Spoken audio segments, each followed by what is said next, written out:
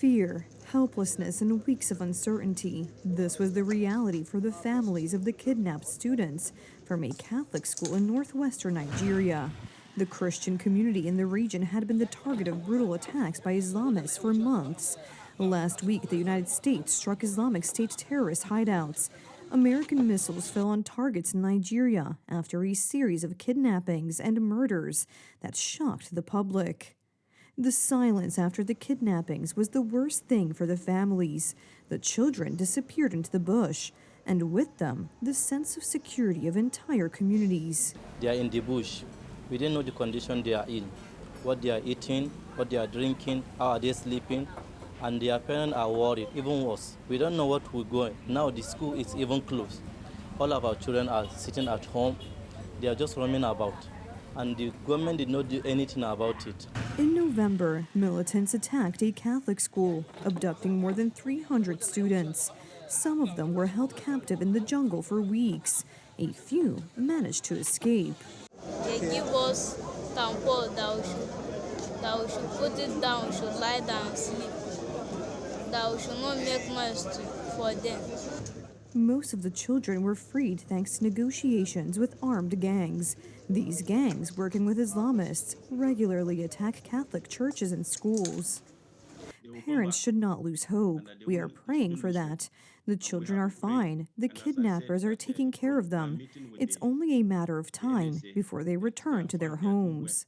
The appeal for help was also directed outside Nigeria, to the international community and the United States. Washington had been pressuring the Nigerian government for weeks, demanding tougher action against terrorists attacking Christians. U.S. President Donald Trump warned of military intervention. Last night, the Americans followed through on their threats. Dozens of missiles fired from U.S. ships struck targets in northwestern Nigeria, bases of groups linked to the Islamic State. Tonight, at my direction as Commander-in-Chief, the United States launched a powerful and deadly strike against ISIS terrorist scum in northwest Nigeria, who have been targeting and viciously killing primarily innocent Christians at levels not seen for many years and even centuries. According to the Pentagon, the targets were not random. They were structures responsible for kidnappings and brutal executions. The media reports that the decision to strike was made after the release of the students in early December. The Nigerian government was not only aware of the operation, but also supported the Americans in providing intelligence.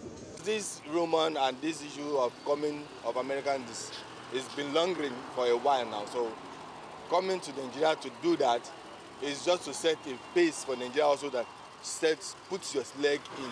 We don't need to be fighting to go to Burkina Faso, go to other places and be fighting while our own house is on fire. It doesn't make any sense. However, Nigeria is not the only country where Christians were attacked. There are dozens of places on the world map where people suffer solely because of their faith.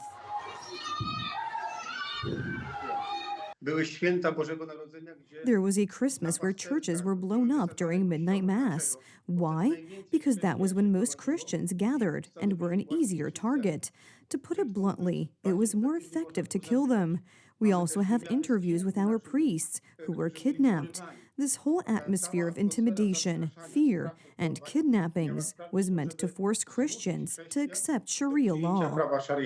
That is why Christian minorities need support from the church and foundations, as well as initiatives such as this Christmas concert, which is a message of peace performed by Lebanese children.